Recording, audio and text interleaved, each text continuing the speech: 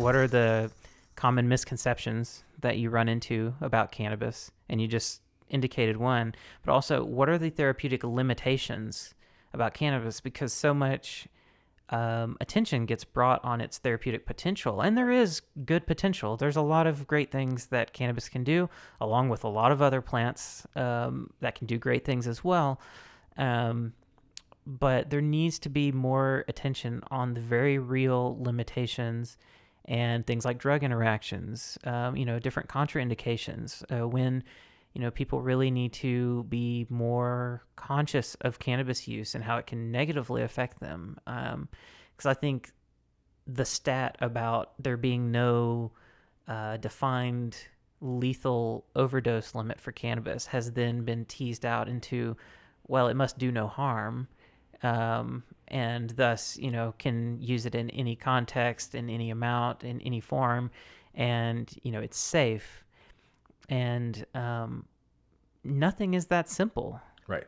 Nothing is that simple. No, and I think, you're talking about interactions, right? And I think that's one of the places that I do a lot of work, especially a lot of professional people coming to me because I've become an expert in herb drug interactions. I had to be, I mean, I've got people taking narrow therapeutic index drugs. That means a drug that, the therapeutic dose is very close to the toxic dose. So there's a really tight window there. Mm-hmm. And people are taking these drugs, whether it's for HIV or whether it's for, graft versus host disease, they're trying to not have an organ rejection, or in cancer therapies, where you've got really intensive doses of chemotherapy, people going into induction, where you're dropping their neutrophil counts to 0. There's all kinds of things are happening. So you have to be really conscious and careful about what you choose. But the thing that overarches the botanical medicine end of it is that, at least coming from a natural medicine approach or like a traditional system like Chinese medicine, where you're almost always using a formula of multiple ingredients.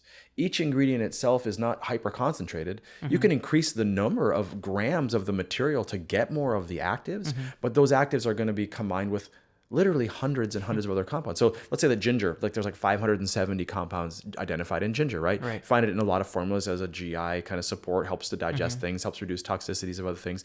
So it shows up in a lot of things. But let's say that the formula has 12 herbs in it, and each one of them has, let's just say 570. Well, we're now into 6,000 molecules. Unique molecules, all tugging at receptors in different ways, doing different things, influencing. Exactly. So at that point, it's like, well, herb drug interactions is mostly theoretical because we think of herbs as drugs. They're not. They're not drugs. You can talk about them in a certain sense. You could say, well, it's a drug if it affects your physiology. Well, then you have to say that, food is a drug too. And it's okay. And everything is a drug on that level. But more down to defining a pharmaceutical isolated molecule given at a concentration that is super physiological, meaning it would never appear that way in nature or show up in your body that way, is very different than giving a group of plants. And so among those 6,000 molecules, sure, some of them are going to affect this cytochrome P450 enzyme. Some of them are going to affect this one. But, we know there's a lot to that. And you've got one or two medications coming in at high concentrations that are going to be requiring a huge metabolic output of the body, of an enzymatic breakdown of those molecules. They're going to really clog up a couple of those detox pathways, right? Those metabolic pathways. But the plant has this real wide, effect. And so in general, the plants are a lot safer as far as their interactions are concerned. What concerns me is when we start going, well, we're going to start taking THC and giving you 500 milligrams a day, 1,000 milligrams a day, 1,500 milligrams a day. And I see people taking that much.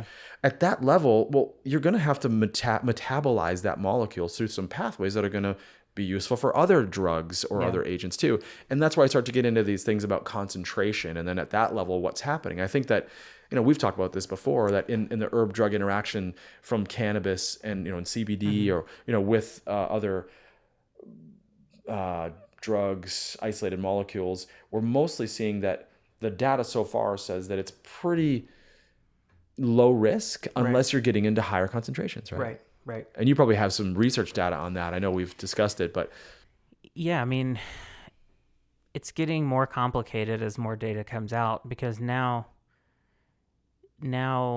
there's starting to be some evidence that even lower dosages of like CBD particularly is having drug interactions that previously were thought wouldn't happen until you were taking grams of CBD a day or something. It's actually, no, it's more complex than that. And part of that is CBD interacting on enzymes that break down other drugs. Part of it is your diet. I mean, like I talk about the grapefruit effect in the context of CBD to illustrate that, this is a concept we already know about. And there are drugs that have a warning on them that say, hey, don't consume grapefruit while you take this drug. If you see that warning, that applies to CBD as well. And what research is trying to tease out now is at what point does that effect become very problematic, at what dosage? And that gets complicated when you start thinking about things like isolate, CBD isolate versus distillate versus broader spectrum extracts versus herbal cannabis. The effects are different. But there are a lot of other foods, common foods, tomatoes, all sorts of things that also influence those enzymes.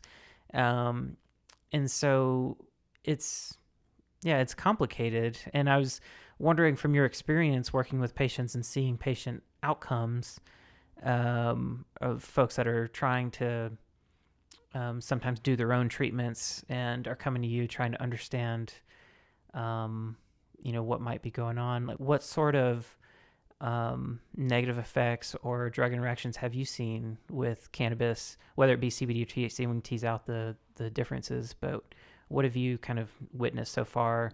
And you mentioned a little bit of what makes you nervous, but can you speak to any specific instances that kind of highlight? Well, I mean, I'll just say that I had, a number of patients, and of course I'm thinking of stage 4, cancer patients, breast cancer, stage 4, for example, someone who's like, well, I want to use cannabis to heal my cancer. And, they're losing the battle. So they decide, okay, well, I'm going to go ahead and do a combination. I'm going to combine the high dose cannabinoids with, oncological therapy. Well, we don't know, whether that high dose of that molecule is going to change the way that drug works in a positive way or in a negative way. Could it be inhibiting the drug's activity at that certain concentration? Right. We don't know, and we want to think that cannabis is all good, but it can't be. Nothing is. It just, it all is. And so we need to understand how it works. I think there are some areas where you might see some interactions when people are doing, benzodiazepines, for example, very nervous system calming therapies that when you start to get into some of the CBD and THC, you can have amplified effects, where someone can get, sedation can be increased or things like that, which gets to be a factor when you think about people driving. Exactly. These are concerns. And I think you bring up a really good point, because as much as we can see now, looking in the future about what the potential pitfalls are, we're going to protect ourselves, because it doesn't take many bad things to happen until like major regulations come in and a real big shift happens as to what is available to us. So the more we can be thoughtful, careful, and actually look into it and research what the possible interactions are, I think the better off we're going to be. Of course, it's just that it's not a very big money making area. It's much more lucrative to grow a lot of plants and process it and sell them. Right. And even if you're making a drug, for example, it's more about, is it effective for pain or something, rather than is it going to interfere? But I was just going to say, in those stage 4 cancer patients, a lot of them just died. It didn't work. The combination of the cannabinoid and the drug didn't work. I will say also that I think with the inhaled cannabis, especially vaporized, I really don't worry about drug interactions with people. Especially if you've got a person who's going through chemotherapy and they're suffering from nausea and appetite loss. Right. And, the benefits to vaporized cannabis in that context, I mean, it's the best medicine that I've ever experienced. And I've talking about dozens to maybe hundreds of patients that I've guided them through that with. And it's remarkable that they're able to actually take their therapy, because the medicine of the cannabis allows them to overcome the symptoms caused by the medication. Right, but the medication is actually doing something good. It's killing their cancer, and of course there's more, it's a complex story about that. But, I think in those contexts, whatever we don't know, I think it's okay. And I've seen a lot of people do that and come through with flying colors. Well, a big part of that is, like, if you can deal with the nausea, then you can eat more. You have more strength. Your body's able to do its own work to protect healthy cells from the damaging effects of things like radiation or chemotherapy. And so the likelihood that you'll have a positive outcome with that conventional therapy for cancer treatment increases. And I think that's a very valuable tool. And back in the 80s, researchers were catching on to that. That's why Marinol exists on the market, was to treat cancer-related nausea. Of course, turns out it doesn't work as well as herbal cannabis. So inferior. Has its own side effects and issues. But that's why one of the first pharmaceutical drugs from cannabis got approved was for that indication. And people that I've talked to that have had parents, family members, friends that have had cancer and have done that kind of thing, that's what they've reported to me has helped the most, is being able to use cannabis so they can eat and keep food down and just get a little help from pain. Sometimes it's significant, sometimes it's minimal. Just to be able to eat and sleep and not be miserable all day. That goes a long way towards ensuring a positive outcome in the long run, and sometimes that's taken for granted.